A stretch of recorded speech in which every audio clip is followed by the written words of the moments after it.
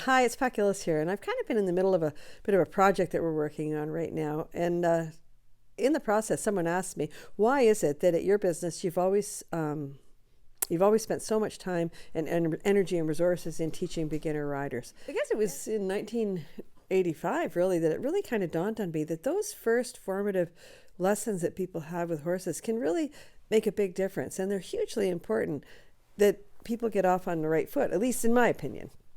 Because, like whatever you're learning, like if you're first learning something and you don't know anything else about it, like whatever someone tells you, if they say it with enough authority, you're going to believe it. And I remember the place where I first learned to ride, they were really rough with the horses. And it almost made me give up, to be honest with you, because I didn't want to be part of it. I thought, if you got to treat the horses like that, I don't want to do it.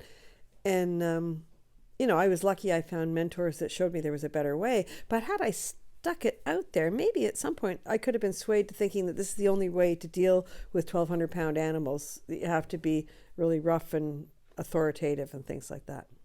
Like you and I might believe that horses respond better to positive reinforcement and things like that, but there are places that don't always teach that. They maybe a little bit treat the animals like they're a machine, like horses are replaceable. I used to always have people tell me, "Oh my gosh, don't fall in love with the schoolies," which they meant my school horses. They meant the school horses are meant to serve a purpose, move them on when they can't do that purpose anymore. And I know that it's not cruel people that think that, but there are people that have that sort of business model. And I think, again, it's not always in the best interest of the horse.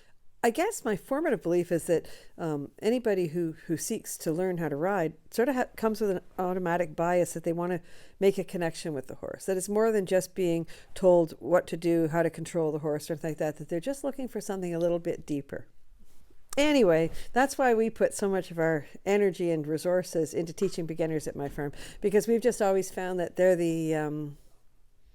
those sponges are the ones that can really take a message forward that I think makes the world a better place for horses. So part of the discussion I had with that friend of mine was in relation to the fact that we're starting to put together a course that's going to be strictly for beginner riders. We really feel like we want to get them off on the right foot. And I have a favor I'd like to ask you. I've got 3 questions, and if you had the time to answer one or any of them, that would be just awesome. Now, I know a lot of you who are following along here either own your own horses or actually ride.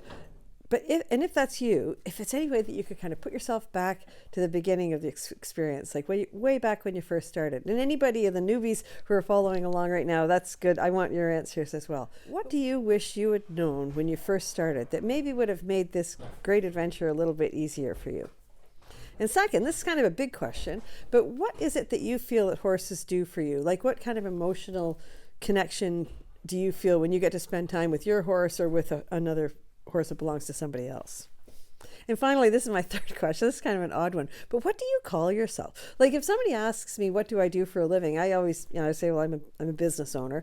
And then if they ask me more questions, I'll say, well, I teach people how to ride horses. And that's one thing, but what do you call yourself? Like if you ride, do you call yourself an equestrian, a horse lover, a horse person? I'm just really curious because that's something else somebody asked me and I thought, I don't honestly know what I would call myself besides a business owner who teaches people how to ride. And I guess I ride myself, but I've never thought of it. I've never given myself a term. So I would love to hear what you call yourself.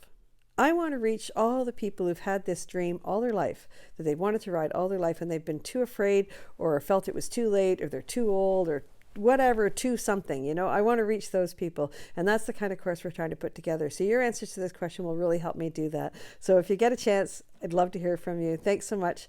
Have a great week. Remember to thank your horse, and we'll talk to you soon.